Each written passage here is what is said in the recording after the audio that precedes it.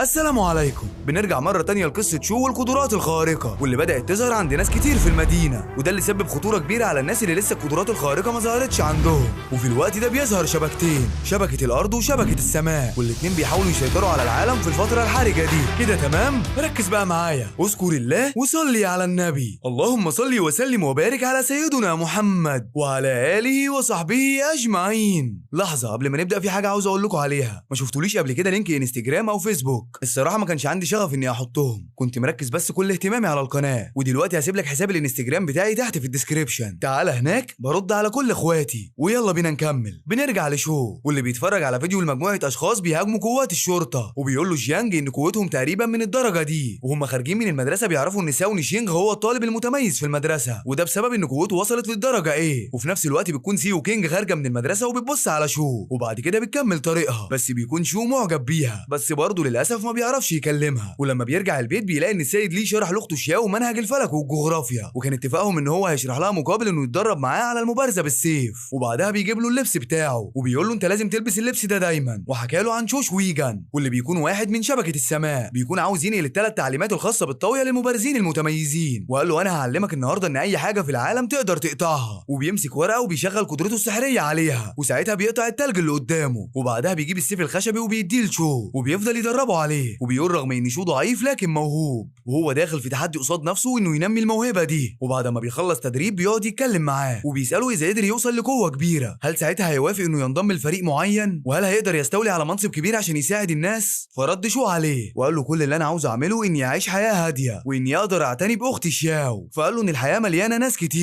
كتيره محتاجه واحد قوي عشان يعتني بيهم، لكن بيشرح له شو انه عايش حياه صعبه جدا هو وشياو، وانهم واجهوا صعوبات كتير وهم صغيرين. فقال له السيد ليه انا هكمل تعليمك، لكن هحتاجك تعمل لي طلب واحد صغير. وشو وافق، وتاني يوم بيكون قاعد بيشرح الفلك والجغرافيا لشياو، لكن فجأة بيجي شو شويجان، وبسبب قوة شو بيعرف انه هناك، وبيفتكر اللي قاله السيد ليه عنه، وعلى طول خرج من المدرسة وراح ناحيتهم. ولما سألوه جه بدري ليه، قال لهم ان هو نسي حاجة في البيت. وشو شويجان بيتكلم، قال لهم انهم رصدوا مجموعة احطام جديدة على الكوكب، والاحطام دي جزء من المدينه بتاعتنا، وبيطلب منه ان المؤسسه بتاعته ما تتدخلش يوم الافتتاح، واكد عليه ان شبكه السماء عندها مكان فاضي لشخص جديد. وبعدها سابه ومشي. وبعدها بنشوف السيد ليه بيكلم شو، بيقول له لازم محدش يعرف انك بتتدرب عندي الفتره الجايه. وبعدين ساب له انبوبتين من الصوديوم والبوتاسيوم، وقال له لازم تقيس قوتك بعد تدريباتك. ولما روح البيت وبدا الاختبار فجاه لقى نفسه من الدرجه ايه. بعدها بتتحول الانبوبه للون الازرق، وبيكون اللون ده مش موجود ضمن الجدول، وما بيكونش شو عارف ده معناه ايه. فقرر انه يخرج ويرمي انابيب التجربه. ولما جاله ليه عشان يعرف النتيجه قال له انه لسه في الدرجه زد، وبالليل بيقعد في اوضته يتدرب لحد ما بيقدر يوصل لتعويذه بتحميه من الصدمات على جسمه كله. وبعدها بيروح يطمن على اخته، وبيكتشف ان هي كمان قدرت تخترق الغيمه بتاعتها، وبقى فاضل لها 6 مراحل. فقال لها ان هو كمان اخترق مرحلتين من الغيمه وفاضل له 5، وكده هما الاتنين قوتهم بدات تزيد. وبتكون القوه اللي كسبتها شياو انها تقدر ترجع الكائنات اللي ماتت في الفتره الاخيره، وانها كمان تقدر تتحكم فيها، ومن ضمن الكائنات دي النمل والعصافير. وبعد كده عشان يختبر قوتها وداها حظيره الخنازير وخلاها تاخد مواصفات واحد فيهم. ولما رجعوا البيت خلاها تحضره وبدا يعمل عليه اختبارات. قرر يجرحه بالسكينه، وبعدين طلع السيف السحري بتاعه وقتل الخنزير بيه. وبعدها بالليل بيسمعوا الاخبار، وبيعرف ان الثلاثه اللي هجموا على الشرطه قدروا انهم يسرقوا خزنه من البنك وتسببوا في اصابه 17 شخص ومقتل 3 اشخاص. وبعدها هربوا، وهم بياكلوا بيحس شو بالعصابه وهي بتهرب من على الجسر، وبيقرر ان هو يخرج، لكن بتقول له شياو ان هي حست بيهم هي كمان وانها عاوزه تيجي معاه. وبعدها بيطلعوا فوق السطح، وبعدها بيستخدموا قوتهم السحريه وبيفضلوا يتنططوا فوق اسطح البيوت لحد ما بيوصلوا للجسر. وهناك بيشوفوا المعلم شيفن وهو بيواجه العصابه، وبتكون العصابه عندها قدرات خارقه وبيقدروا يتحكموا في النار والارض، وبيفضل شيفن يصد كل ضربات النار بتاعتهم. وبعدها بيظهر باقي فريق شبكه السماء، لكن العصابه بتقدر تقتل 2 منهم. وبعدها بتيجي الشرطه، واول ما العصابه بتشوفهم بيهربوا، وكل اللي حصل ده بيكون شو وشياو بيتفرجوا عليه من الكوبري التاني. وساعتها بيكمل شو وراهم لحد ما بيلاقي الشرطه محاصره مبنى وبيقتحموه، لان الطياره شافت العصابه وهم داخلين هنا، وبتكون العصابه فعلا جوه. وبيقترح واحد فيهم على الزعيم انهم يسلموا نفسهم، وبكده هيكون عندهم فرصه يخرجوا من هنا عايشين. لكن الزعيم قال لهم احنا قتلنا 2 منهم وشبكه السماء مش هتسيبنا ابدا، وقال لهم انهم لازم يتحركوا ناحيه جسر لونغهاي، وهو هيهربهم من ناحيه جبل مانغ. وبيخرجوا سوا وبيقفوا قدام الشرطه، لكن الزعيم بيفضل ماسكهم هما الاثنين وبيجري بيهم لحد ما شوش ويجان جري وراه واستخدم سلاحه السحري وهدفه عليه. لكن لما الدخان بيختفي بيظهر شو بيكون واقف فوق، فوق وبيقول لهم مش هتصدقوني لو قلت لكم اني كنت بتفسح. فبيهجموا عليه والباقي بيهجم على الزعيم، وفي واحد بيفضل يضربه بخطافات لحد ما بيخرج السيف من جسمه، وبيحدفوا لزميله وبيهجموا عليه هما الاتنين. وفي نفس الوقت بيكون شو قدر يضرب الاتنين اللي بيهجموا عليه، وبيبان ان قوته زادت بمعدل كبير جدا. وفي الاخر الزعيم بيقدر يهزمهم، وبعدها بيقف قدام شو، وبعدها بيهجم عليه وبيقدر شو يكسر له عظم دراعه، وبعدين بيستخدم سيفه السحري وبيقتله، وبعدين بيسيبهم كلهم واقعين على الارض وبيمشي بسرعه. وساعتها بيكون ورط نفسه. ولما بيرجع البيت شياو بتقول له انها عاوزه تتعشى، وساعتها قرر يخرجها تاكل في مطعم. ووقتها قابله السيد ليه وقالت له شياو انهم هيروحوا يتعشوا في محل رخيص، المحل اللي في شارع تيانفو. فبيقول لهم خلوا بالكم من نفسكم، لازم تبعدوا عن المشاكل. وبعدها بيطلعوا فوق السطح، وبيقول لشياو انها تخرج العصفور بتاعها وتخليه يستكشف المنطقه، وده عشان لو في حد شكله غريب. وفي نفس الوقت بيكتشف شو ان القتال الاخير زوده نقطه، وهنا بيفهم ان مش المشاعر السلبيه بس اللي بتكسبه. وبتقول له شياو ان المكان ما فيهوش اي حد شكله غريب وكله تمام. فبياخدها وبيروحوا مكان، وبيقول لها استخدمي قوتك، شوفي اذا كان في اثار لحد ميت هنا. فقالت له ايوه، في 3 اشخاص ميتين، منهم واحد طويل و2 قصيرين، لكن مش هتقدر تحرر روحهم لان قوتها مش كفايه. وبتقول له مع الوقت هتطور من نفسها وهتقدر تخرجهم. وبعد كده راحوا المطعم ياكلوا، واتكلم شو وقال لها انا خايف اكون مش مخليكي تعيشي حياتك، ولو كنت في دار الايتام كانت هتكون حياتك سعيده اكتر. فقالت له انت عاوز ترجعني تاني هناك؟ وفضلت تعيط، وافتكرت لما كان كل شويه يرجعها الدار وتهرب من هناك وتجيله، لحد ما لقى الشقه اللي مأجرها وخدها معاه. وبعدين قال لها انا مش هرجعك هناك، ووعدها ان المستقبل هيكون احلى، وانه هيجيب بيت حلو ليهم يكون بتاعهم دايما، ومش هيكونوا خايفين من الايجار بعد كده. وبيمسك ايدها وبيطمنها. وبعدين بيكون في هيئه تحقيق بيحققوا عن اللي حصل اخر مره للزعيم ورجالته والشخص المجهول اللي قدر يقضي عليهم، واللي ما عرفوش يتعرفوا على هويته، وده بسبب الظل الازرق اللي كان على جسمه. وبيقولوا انه خطير جدا ولازم يعرفوه، خصوصا انهم متاكدين انه مش من شبكه الارض ولا السماء. وبعدها بيرجع يبيع الطوف السحري، وبيقدر يبيع الكميه كلها في 10 دقايق، وقال انه بالطريقه دي هيقدر يشتري بيت في وقت سريع. لكن بتواجهه مشكله، وان نقط المشاعر السلبيه خلصت،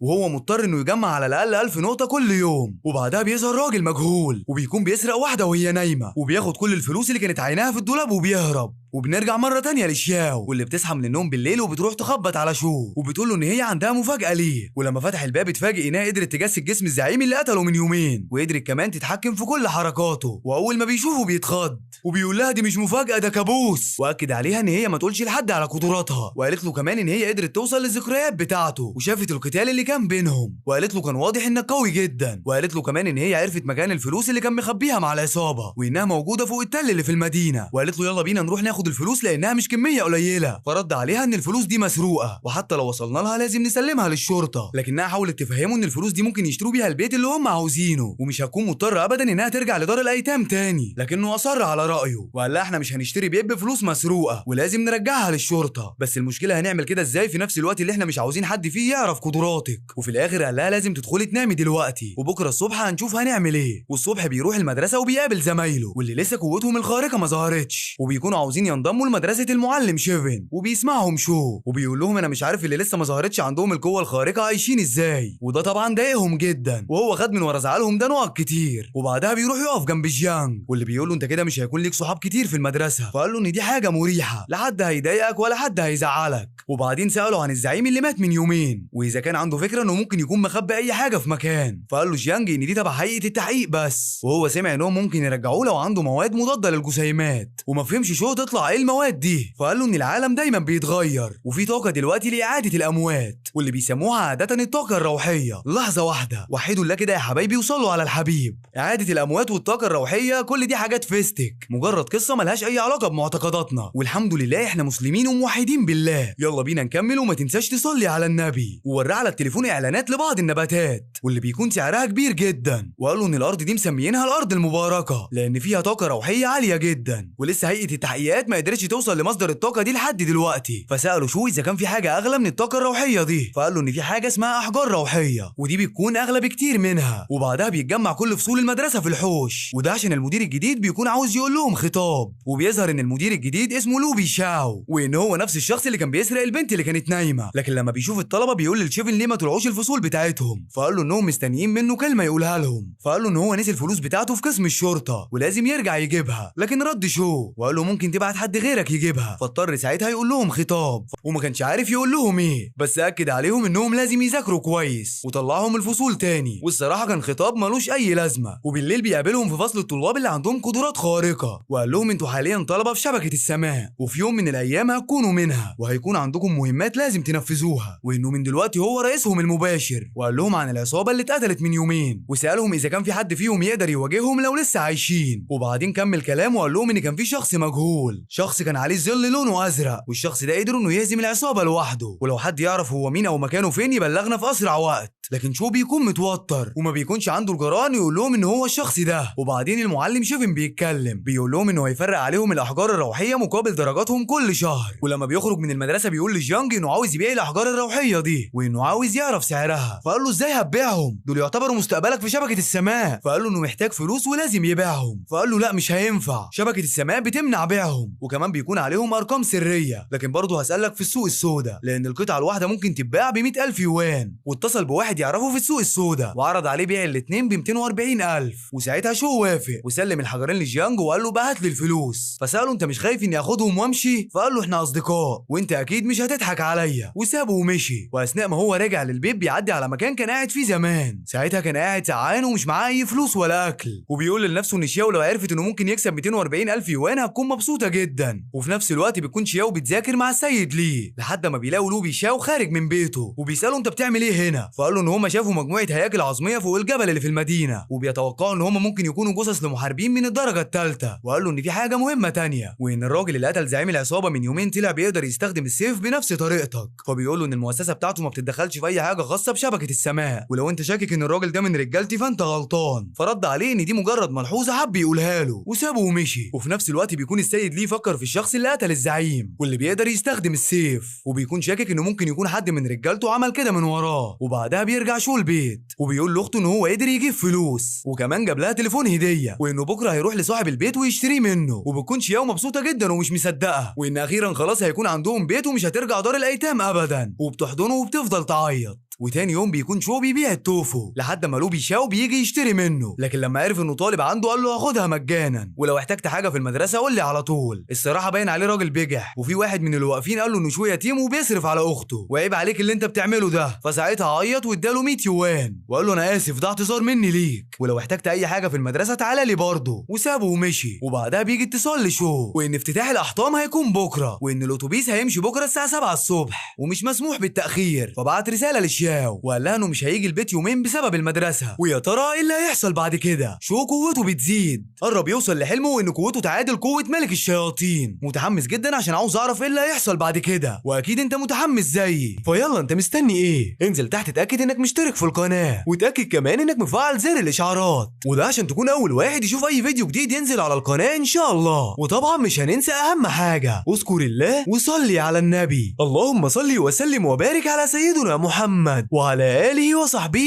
اجمعين. ودلوقتي هسيبك مع حاجه مختصره عن الانميات اللي نزلناها على القناه. صدقني لو طلعت ما شفتهمش انت فايتك كتير. بدايتنا النهارده مع شاب اسمه شو، واللي بيكون خارج مع اخته شياو عشان يفسحها في المهرجان، ورغم ان هي بتطلب منه طلبات كتيره وحاجات عاوزه تشتريها وهو معهوش فلوس، لكن بيوافق على كل طلباتها عشان ما يزعلهاش. وبعدها بيكون في عرض على المسرح واللي هيضربوا فيه الالعاب الناريه، وبتكون الدنيا زحمه جدا وما بيكونوش شايفين العرض هما الاتنين، لكن بيقرر شو انه يضحي بالعرض عشان خاطر اخته وشالها عشان هي تتفرج، مع انه هو اصلا مش شايف اي حاجه. وبتكون شياو فرحانه، لكن شو بيتعب من كتر ما هو شايلها، فبيقرر انه ينزلها ويقربوا من المسرح شويه. واول ما وصلوا بقوا قريبين جدا من الراجل اللي بيقدم العرض واللي بيكون بيعمل اشكال كتير من النار، وبيحس شو ان في حاجه غريبه كانه اول مره يشوف عرض النار، وما بيكونش عارف يحدد اذا كان الشخص ده بيعمل الحركات دي كخدعه ولا سحر ولا دي اساسا قوه خارقه. والعرض بينتهي لما الالعاب الناريه بتضرب في الجو، وبيكون كل اللي موجود في المهرجان مبسوطين. لكن شياو وهي مروحه سالته هو الراجل ده عمل كده ازاي بالنار، فقال لها الحقيقه هو مش عارف هو عملها ازاي، فاقترحت عليه انهم يدخلوا الكواليس عشان يعرفوا، وممكن ده يكون سبب انهم يشتغلوا الشغلانه دي وساعتها هيكسبوا من وراها فلوس كتير. لكن شو قال لها لا مستحيل يقولوا لنا على سر مهنتهم، لكنه رجع افتكر انه عاوز يعرف فعلا هم عملوها ازاي، لانه مش مقتنع ان دي خدعه. وفعلا بيدخلوا هم مستخبيين لحد ما بيوصلوا للكواليس، وهناك بيستخبوا ورا ترابيزه وبيكون في ناس كتير واقفه لحد ما واحد منهم بيطلع مسدس وبنشوفه بيضرب بيه واحد تاني. فساعتها الشو بتخاف وبتصرخ، وده اللي كشف مكانهم وسالهم واحد بتعملوا ايه هنا، فقالوا له انهم كانوا رايحين الحمام بس تاهوا. فقال لهم احنا شرطه والعمليه دي سريه، وقال لهم على مكان الحمام وخلاهم يمشوا. لكن شو بينه وبين نفسه عارف انهم اكيد بيضحكوا عليه وانهم مش شرطه اساسا. واول ما خرجوا من الكواليس بيقابلهم واحد اسمه زيوي وبيسالهم انتوا شفتوا ايه في الكواليس، لكن مرضيش شو يرد عليه وخد اخته ومشي. وبيتكلموا مع بعض وهم ماشيين، وهنا بنعرف ان شو وشياو مش اخوات من الدم، لكن كانوا عايشين مع بعض في دار الايتام. وبيعدوا على واحده اسمها العمه لين وبيطمنوا عليها، وبتكون قاعده قدام البيت بتعمل دواء اعشاب لجوزها واللي اسمه السيد لي واللي شكله تعبان شويه. وبعد ما بتروح شياو بتقعد تتفرج على التلفزيون وبتسمع في الاخبار ان في طفل عنده 3 سنوات قدر انه يخرج ليزر ازرق من عينه، وست عجوزه عندها 70 سنه اختفت من العدم وظهرت في مكان تاني. وساعتها شو بيحاول يحضر لها العشاء، لكنها كانت طالبه انها تاكل اندومي، لكنه رفض وضربها بالسلسله بتاعته. فعملت نفسها بتعيط لحد ما قال لها خلاص هروح اجيب لك. ولما خرج بيفتكر ايام ما كانوا هما الاتنين في دار الايتام، وكان في دايما 3 من زمايله بيضربوه، وكانت هي الوحيده اللي بتفضل واقفه جنبه رغم صغر سنها. واثناء ما هو ماشي في الطريق بتيجي عربيه تريلا ضخمه وبتخبطه وبيقع على الارض والدم حوالين جسمه. وساعتها السلسله اللي كان لابسها بتنور وبترفع جسمه بعيد عن الارض، وبيفضل الدم يضخ في جسمه كله. بتحصل معجزه وبيفوق ومش بيكون حاسس باي وجع، وفي نفس الوقت بيكون السواق واقف جنبه شكله مرعوب عشان مفكره مات، لكن بيقدر شو انه يقوم من مكانه وبيقول للسواق انت الغلطان، انت خبطتني وانا ماشي على ممر المشاة ولازم تدفع لي فلوس كتعويض.